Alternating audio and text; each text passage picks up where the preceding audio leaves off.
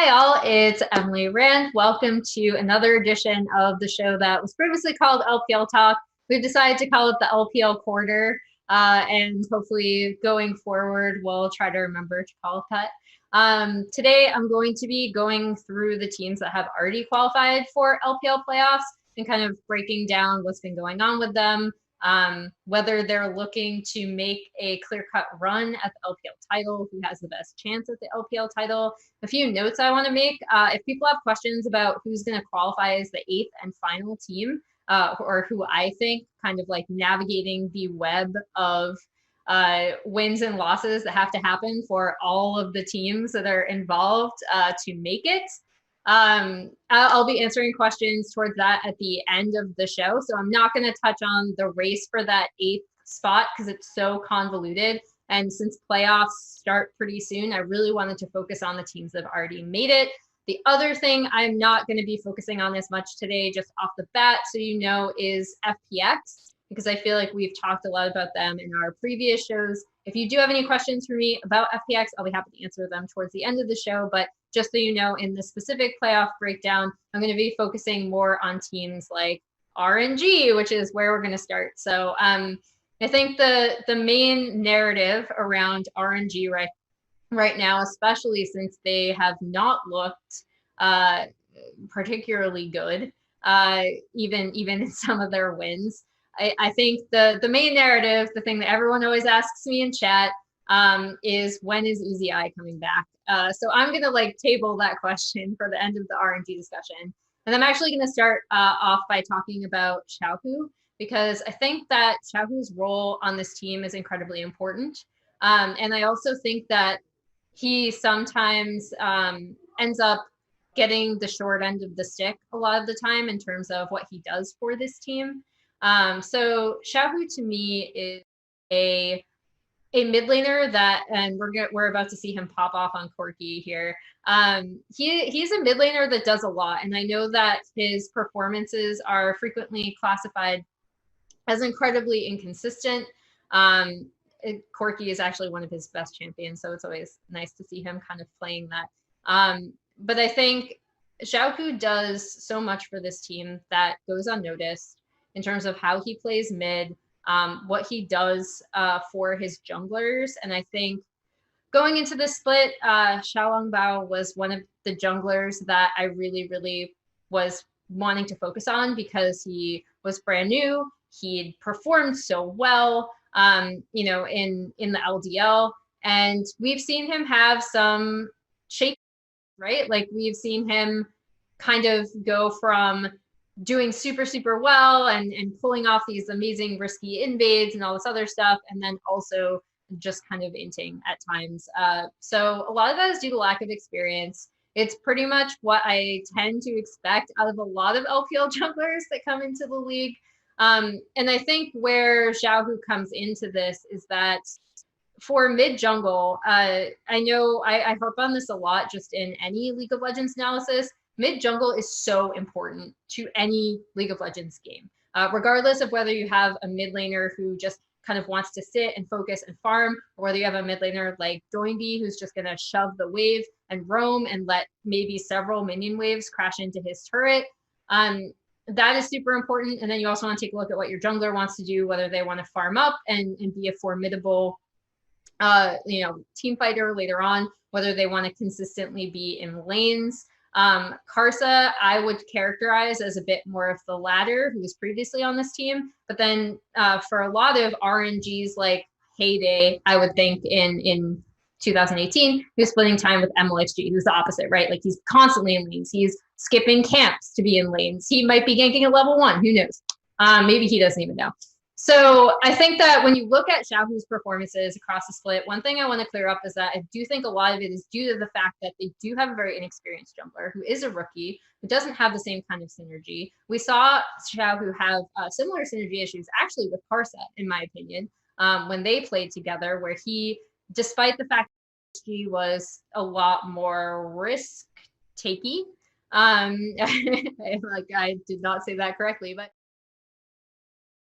always had a better synergy and coordination with MLXG. So you still saw that with Karsa, and I think you are still seeing that now with RNG. So I guess that's the first thing I really, really wanted to clear up regarding Xiaohu, because I do still think that he is an incredibly strong mid laner. And I think he gets the short end of the stick a lot of times from RNG fans. And I kind of wanted to point out the fact that, you know, he is working with a rookie jungler. They are still working out their synergy. And when we talk about what's wrong with RNG, I think a lot of it comes from that. Again, like he has been inconsistent. So, you know, that is like something that I am not going to deny, but I also think that his role on this team is very important. I think the other question people are asking about RNG is Uzi going to come back? And as far as I believe Hysterics, the LPL English caster, mentioned this, you know, he is going to return hopefully soon, possibly for playoffs, as in he's available for playoffs. But we don't know whether he'll be returning or not. That is the last that I've heard anything about Uzi. I promise if I hear anything, I will, like, you know, as a concrete source or news, I will write it up. However, I don't think that Betty is the root of this team's issues, just as I don't necessarily think that Xiaohu is the root of this team's issues. I do think that you could make the case that Uzi is such a strong force on this team and such a strong voice that they're missing that right now, and they don't really know how they want to play. And I think that's a legitimate argument. But in terms of, is it Betty's fault that they're losing? Is it Xiaohu's fault that they're losing? I actually don't think so. So RNG discussion over. We're going to move on to EDG. And the first thing I want to bring up is a phenomenal achievement from Makos, who has been at the top of his position since he debuted, which is actually insane. And right now we're going to take a look at Makos' 5,000th assist in the LPL, where he's the first player to ever achieve this. It is just absolutely phenomenal when you think of his career, how good he was from the get-go, and the fact that he's able to reach this milestone is incredibly impressive to me. I think it should be incredibly impressive to anyone. Makos is still someone who I would consider kind of the heart of EDG. We actually saw EDG coming out pretty strong against IG last night before, you know, making some mid-game mistakes, and IG just have this habit of, you know, overtaking teams when they start getting team fights going, when the Shy is TPing in on the backside and they're able to pinch like they were at that dragon fight. So I think, you know, we take a look at EDG. I think this EDG is a pretty formidable team. I think Hope, I've said this previously when talking to Dagda and Jordan when they were both on the show, but I do performed a lot better than I initially expected him to. I still think that this team is heavily reliant on Scout and his performance as well. Like if you're looking at someone to absolutely pop off, it's probably going to be Scout. It's nice to have JJ and Jinu back, and I assume that's who they're going to run going into playoffs, despite the fact that, you know, Chincha and he performed, like, I mean, better than I expected as their third string jungler.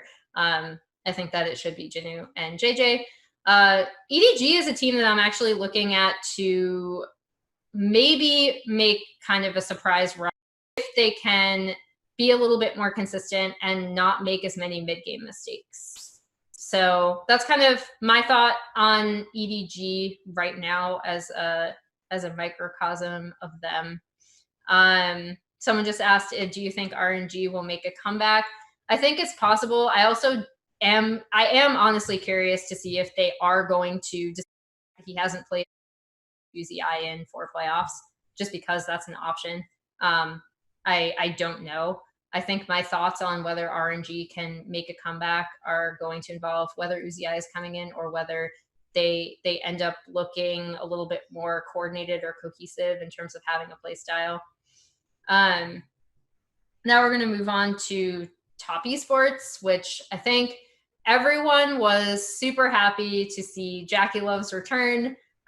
We were all wondering where JackeyLove was, since it was rumored that he would have been available as early as the 4th if they'd played those games on the 4th. They were, if you remember, they were postponed to the end of the split because the Chinese Day of Silence for coronavirus victims and people who are fighting coronavirus. So, but what he rumored was available. He returned. You were seeing him get an insane triple kill. Yes, it is a Felios, so Felios sometimes just does that. But it is great to see JackeyLove back in competition. I think he brings so much to this top esports team. That I don't think it was Fodic's fault necessarily that they weren't performing well, but I do think despite all of his inconsistencies on IG, I think JackeyLove is a bit more stable. He obviously has a lot more experience, and his highs are a lot higher than Fodic's right now. Do I think it's going to solve Top's problems? No, I don't necessarily think it's going to solve all of TES's problems, because I still see a lot of their problems as watching this triple kill over and over, by the way. It just Aphelios is insane and JackeyLove is insane. But I think the big thing about top esports and whether I think they have a shot at the LPL title really relies on something we've harped on this team week after week. It's our Karsa and Knight going to have good mid jungle synergy, and I still don't see that. So until I see an improvement between them, it is going to be really difficult to decide how far top esports can go. Because I don't think JackeyLove is necessarily the answer, despite the fact that he provides a lot more stable option in bot lane. Apparently, there's a question in chat, so I'm just going to answer it now because RNG is a very popular team, and I know people are going to have a lot of questions about them. Everyone's pointing a finger at Longshi. Is he playing as bad as it seems, or is that just Reddit analysis? I think the big thing with Longxing and the thing with RNG in general is that a lot of times what they've wanted from their top laners is not exactly what Longxing is necessarily good at. I actually think Longxing is an incredibly good player. I think if you saw him when he was back on Suning in particular, when he was called Xiao Ao, it can be a phenomenal player that can take over a game. Like, basically, you think of him as that kind of top laner who you give him a bit of early attention, and then he just, kind of thrives. And he can take over a game, and he can be such a problem. Now, the big thing is that how RNG wants to play? And arguably, is that how RNG has ever played? And no, I think you see this consistently with a lot of RNG top laners who end up taking a lot of the blame for their team. I think the community has, historically been pretty unfair to Let Me, actually, especially for his strengths as a player. So I think that it's a lot on Longxing in terms of how poorly he's been performing. I don't even think he's necessarily been performing super badly individually. I think the problem stems from, again, as I said before, I think RNG really don't know how they want to play. And I know that a lot of people, when we looked at this RNG lineup, the narrative around RNG without Uzi is always, yes, like, finally Xiaohu can be insane. Betty is really, really good. Like, he can pop off. We've got Longxing in the top lane. He can pop off.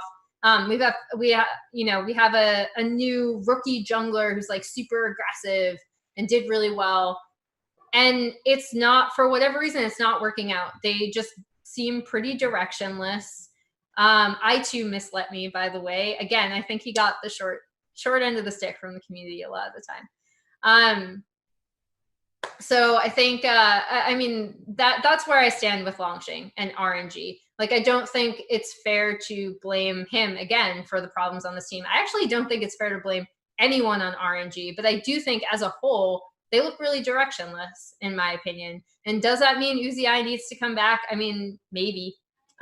If it gives them, and I don't think it's like a Betty versus Uzi thing. I think it's, is Uzi going to give this team at the very least like a direction, a definitive way that they want to play, instead of kind of switching it up every other game. I think that's something to consider when you're talking about Uzi's return, because he's an incredibly strong voice on the team. Speaking of eStar, they're the next team that we're going to talk about. So is it time to sell my eStar stock? So thank you for asking that question, because they're actually the next playoff team.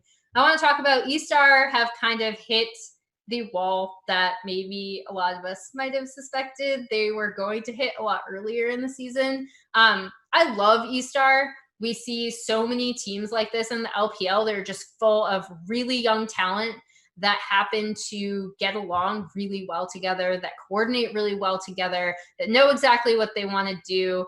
Here we see eStar pulling off one of their signature kind of early bot lane plays.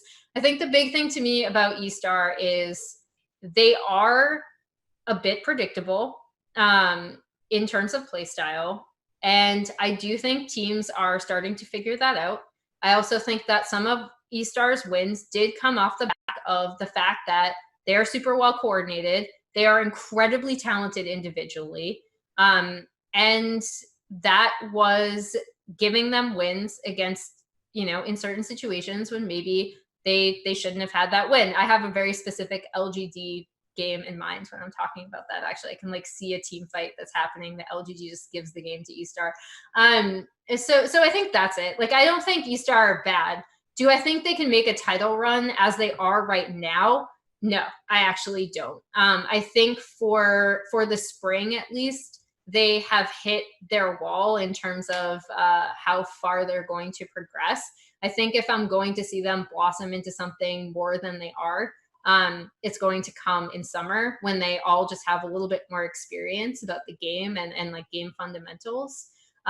Because you look at a team like IG, I guess, is kind of the we're going to talk about IG a bit later, but eStar faced IG, and it was these games that just looked incredibly one-sided for eStar, right? Because they do play so fast. They are so aggressive. They do want those skirmishes early, and IG had very visibly not prepared. So this weird clash of play styles where IG are going to keep picking fights, and eStar are like, yeah, okay, let's go. We'll kick your butt 2 games in a row because you're fighting us and you're 8K gold down. I think when teams prepare for eStar, they can beat them with stronger map play, with denying a lot of their bot side focus, with denying a lot of the way that eStar, kind of predictably and routinely like to set up around these neutral objectives, like Herald, like Dragon. And so again, I don't think eStar are a bad team. Initially, I just thought eStar were punching way above their weight, right? I was like, okay, this team's gonna drop to mid or lower tier. I definitely don't believe that anymore, just based on the sheer amount of talent and synergy these guys have. But do I think they understand the game as well as other teams? No, I don't. And I think that's probably also going to come with experience. So in terms of selling your eStar stock, I still wouldn't bet on them to win the LPL. But I actually think they might make an all right playoff run, to be honest. It depends really, to me, on how well other teams prepare for them. So, yeah, eStar has been figured out pretty badly, and all teams are exploiting their champ pools. That's actually a really good point. Something else that I'll add to the end of the eStar discussion before moving on to JDG is that I think a lot of teams were not attacking eStar in draft. The first I remember to do it well was EDG, who for a time were the only team that were able to beat eStar in a series. Suning actually did it pretty well, and I kind of credited Sword Art to that because he probably knows Xiaoxi's champion pool pretty well since they used to play together. So I do think that's another thing, is that some of eStar's more exploitable places are sometimes in the champion pools of these players. And so again, a lot of that sometimes comes with experience. So we'll see how the team is able to grow and evolve. But if other LPL teams, like the JDGs, the tops, even RNG, if they prepare really well for eStar, I think they should be able to take them out in the playoff bracket. So we're going to move on to my favorite team to talk about right now, actually, and that's JDG, with Zoom making his kind of triumphant return back to the team. I can't say enough good things about Zoom and what he does for this team. And one thing I want to bring up here is just a play that Zoom had last night, which is just a solo kill top lane. But I kind of want to talk about why this mattered so much for JDG in the moment, because they tried a very risky level 1 invade, and Kanavi actually died at level 1 on Kindred, which is really, really bad. If you know anything about how Kindred is supposed to work, which is basically she's Kanavi's pocket pick. And the way they really like to use her is almost as like a kind of secondary AD carry, where Kanavi is just absolutely shredding through team fights just as much as a lot of other players on his team.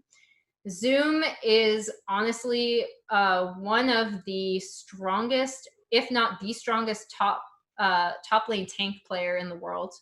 And he is also arguably the best top laner in the world. I am willing to say that. I feel like a lot of people are going to disagree with me on that, but I actually think that Zoom is so incredibly smart. I know people are already commenting that Natural was kind of running it down a few times, and I'm not necessarily going to disagree with that in the series we saw recently, but I think Zoom is just so incredibly smart about how he takes a lot of these fights. How he TPs in, how he is able to zone off entire teams. And I think we have a dragon fight that my producer Thomas is going to bring up, but that how he's able to zone off like entire carries on other teams so that the rest of his team can kind of fire off. There was a fight I'm thinking of last night where it's basically just Zoom and Loken. So I think the big thing about Zoom that I really like is that he is just such a smart team fighter. And what he does for Kanavi is that he just provides this incredibly stable top lane presence for JDG. So, I mean, I like watching Zoom. Oh, nice. That's actually pretty cool. I got someone to watch Zoom. That makes me feel good. I think like if there was anything I wish I could show on this stream, it would actually be just Zoom's perspective, because he is just incredibly smart about what he does. And here we're going to see Kanavi coming up, and I actually really like the Maokai Rek'Sai combo just generally. We also saw it in LEC recently. From Fnatic, I believe. But this is another look at Kanavi, right? Because Kanavi can do one of two things. On Kindred, you're looking for him to farm, scale up. Zoom happens to get a 1v1 solo kill that really, really helps out because Kanavi died level 1. Game 2, Kanavi comes out as the Rek'Sai. JDG has so many tools with the Maokai to set up team fights with Rek'Sai, set up ganks with Rek'Sai, and they go for that early gank in top lane.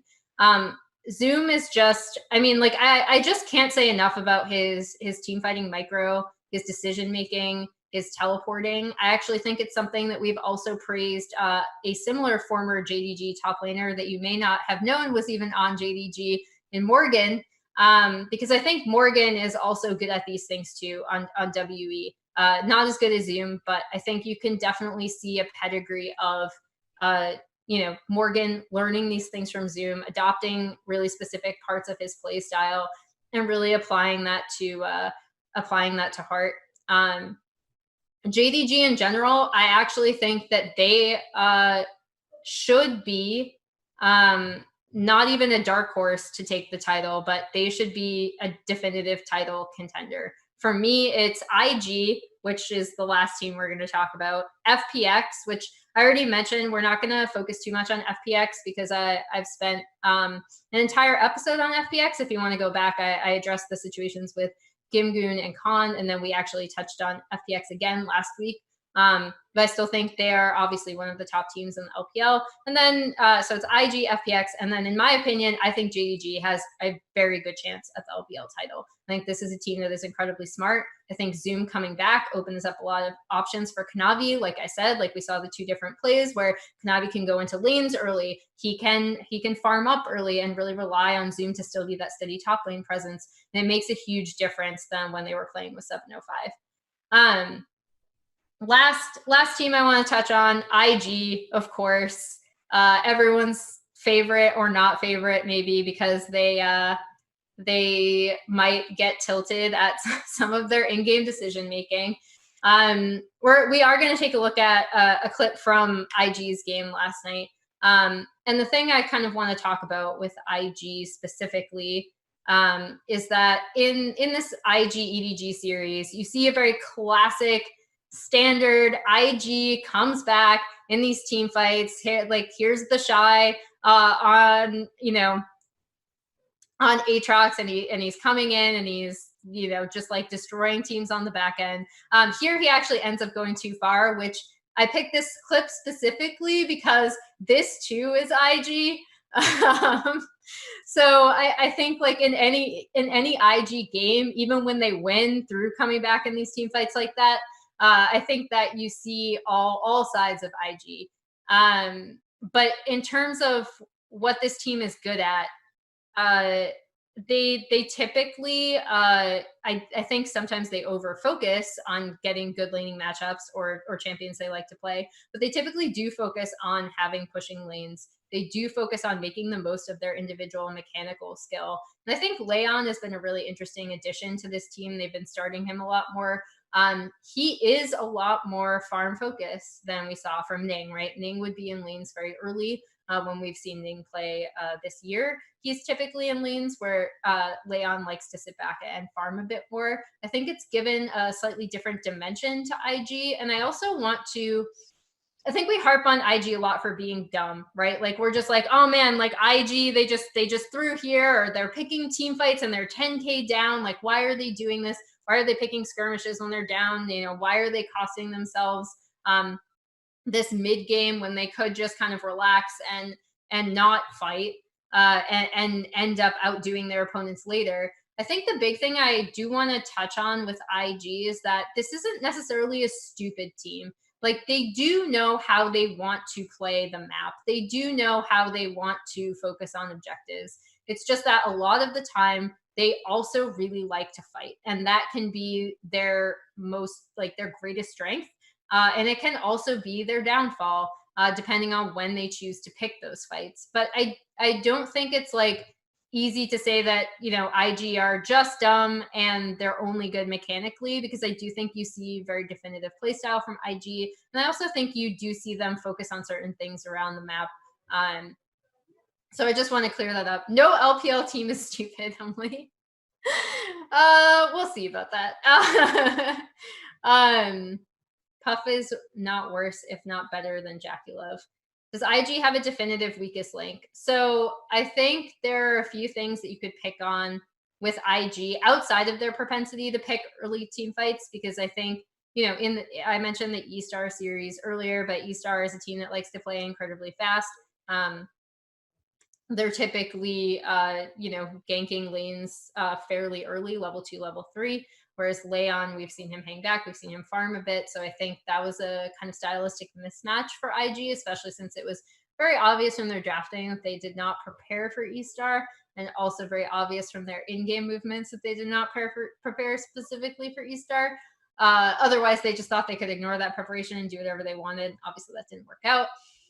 So that, I think, is a weak link for IG, honestly. But then additionally, if you're talking about a player, I do think that teams have been able to pick on Puff and Southwind a bit more. And I actually think Puff and Southwind are a phenomenal duo lane. They fit into this team a lot more quickly than I thought they ever would. However, I do think that they still lack LPL experience, and that is where other teams can take advantage of them. And I think you've seen a lot of IG's opponents definitely taking advantage of that. You saw EDG last night, taking advantage of that in the early game. EDG had some incredibly good early games against IG before they started to kind of set up for these mid-game team fights and out team fight EDG. So, I think there's a lot of holes in IG, but like most LPL teams, they have a very definitive play style. They're not going to match up against certain teams. I actually would maintain that E-Star probably have a pretty good matchup against them still if they're playing Leon in the jungle. even if IG prepare really well for E-Star. So I mean that is what I would say is IG's weakest link, is just the general team dynamic itself, which hasn't changed since 2018 in terms of how they always want to fight, how they really will always approach team fights and skirmishes, regardless of whether they're in an advantageous position to take them. IG seems to lose early game often, but win the game anyways, which is actually really interesting because I think previously they were known for really drafting these pushing lanes, right, on red side. Like we historically have praised their red side drafts. I think the big thing to change about IG this year is honestly Leon, and that's actually not me picking on him. It's more me saying he's not going to be in lanes super early like Ning was, right? So with Ning, you had people called him the ultimate coin flip. I still think MLXG was, but that's just me. I have another friend who's a huge LPL fan that calls him Walmart MLXG, so take that as you will. But Ning, when he was making these early plays, he was always in lane. He was taking advantage of the fact that IG typically did draft pushing lanes, especially if they were on red side and getting a lot of these like individual lane counter picks. However, the flip side to that is that sometimes he would die. Sometimes he would give up advantages in lanes. Sometimes he would cost his laners, a wave state that was actually incredibly important. We don't see that as much with Leon, but it also means that he's not affecting the map as early. So I think that some of IG's early games, I don't know if you'd say struggles, but like the reason why they do look a lot different in the early game has to do with just the way that Leon plays and the play style that he's adopted with IG.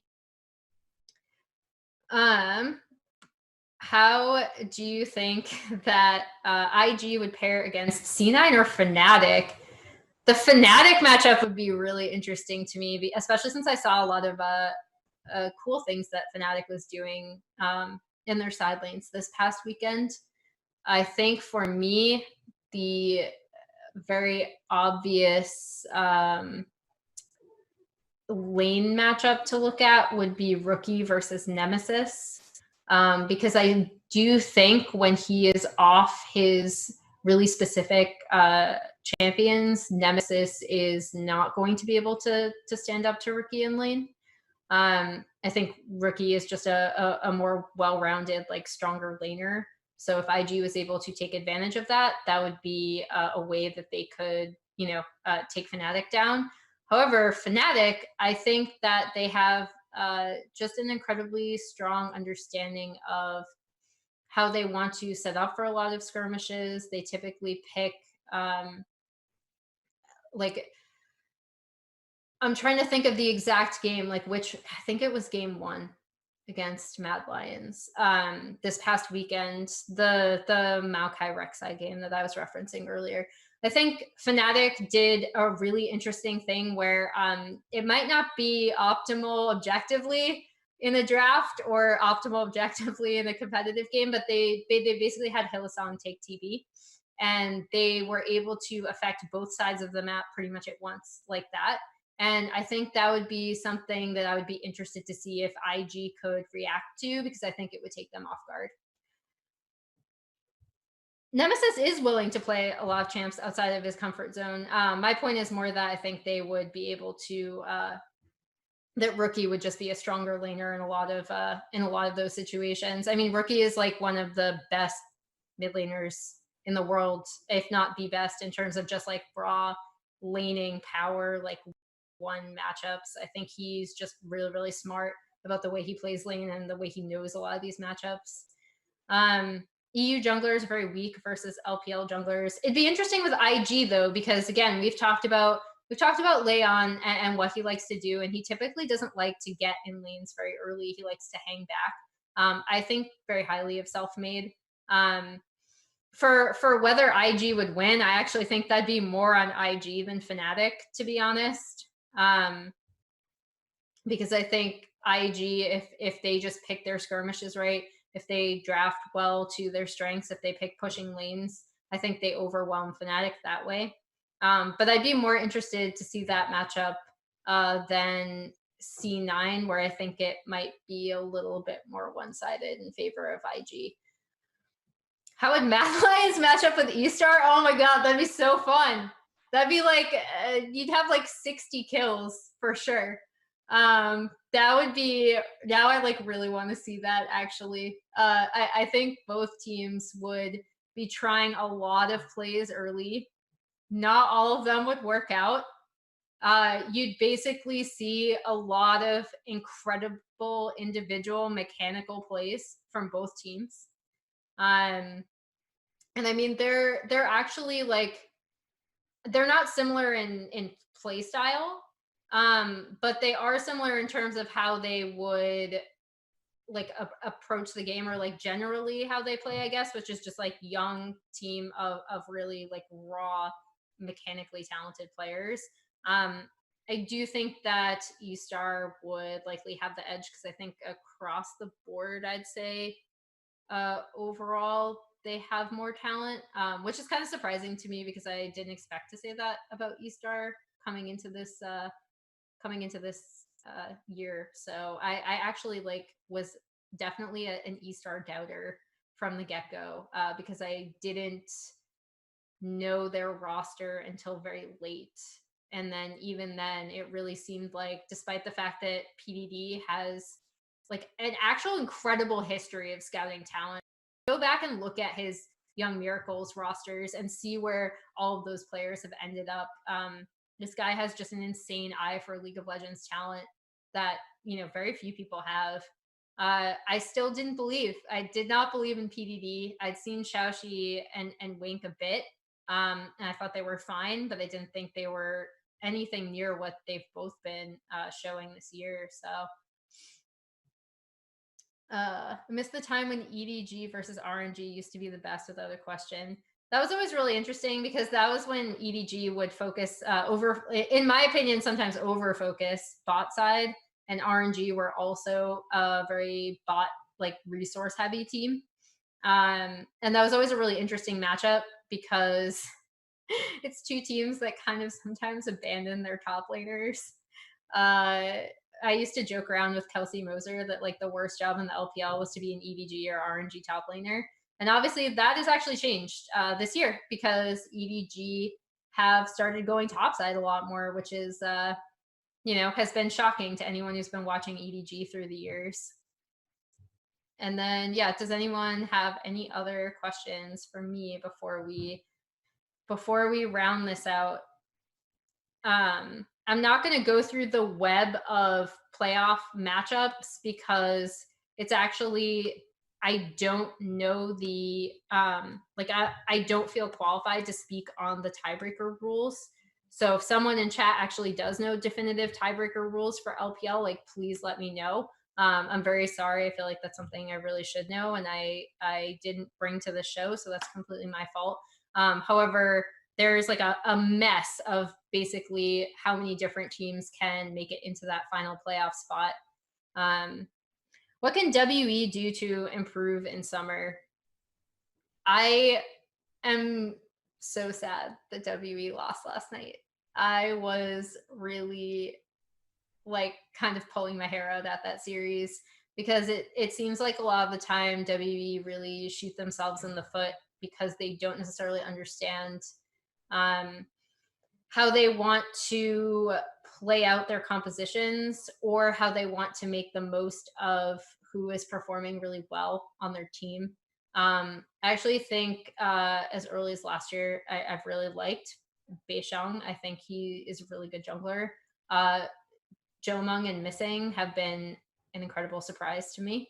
I think that with more experience, they can be really good. I mean, I think ultimately, like, this is kind of a cop-out answer, but I think a lot of what WE needs is experience because a lot of their problems are that they're getting outplayed or overwhelmed when they're trying to control objectives or when they're trying to, again, like not really play out the compositions that they've drafted very well. And I think we saw that again last night. So, I mean, I hope that WE can be a playoff team come summer just because I really liked what I saw from a lot of the players that they picked up.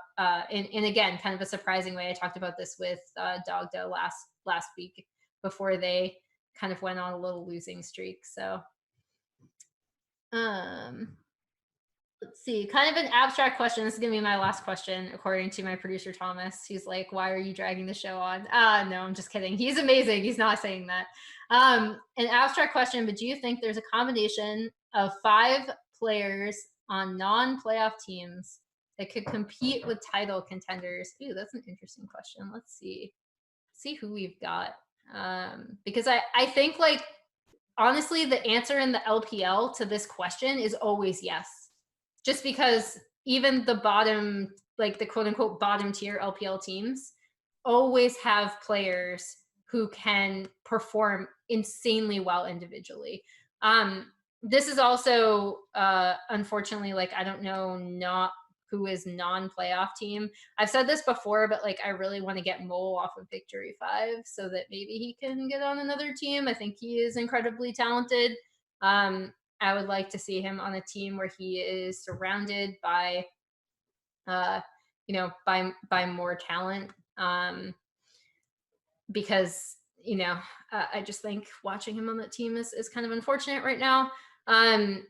Depending on what you think about Flandra, I mean, there's like honestly, like now it's like an embarrassment of riches as to who I would put on this team because there's just so much talent on a lot of teams that are not going to make playoffs. Like you have arguably, depending on who makes it and who doesn't, you have Zhang Wuji, you have Hacker, who I think has performed really well if he doesn't make it. You have Flandra, you have Morgan, you have Jomong, you have Missing, you have Forge, you have Mole. They're actually like, you have what, Fofo, you have Xie. Like there are actually so many individual players that you could probably put together on a lineup. This is actually a fun article idea. Maybe I'll do this after playoffs start, is just going through putting together teams based on like resources and how they play, because if there's one thing that even the worst LPL teams in the league have, it's usually like at least 1 or 2 incredibly talented individuals. That is all for the show. Thank you for sticking with me through a late start time and the fact that it's just me rambling and I had no guests. I'm always rambling about the LPL on Twitter at League of Emily, so you can find me and other LPL content I do over there.